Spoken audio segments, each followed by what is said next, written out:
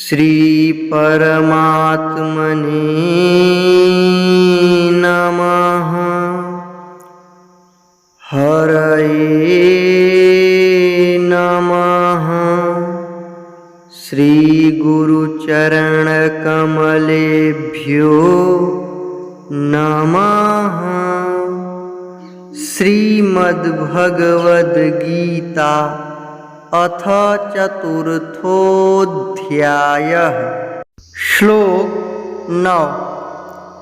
जन्म कर्म च मे दिव्यमेवं यो वेत्ति तत्त्वतः त्यक्त्वा देहं पुनर्जन्म नैति मामेति सोऽर्जुन। जन्म कर्म च मे दिव्यमेवं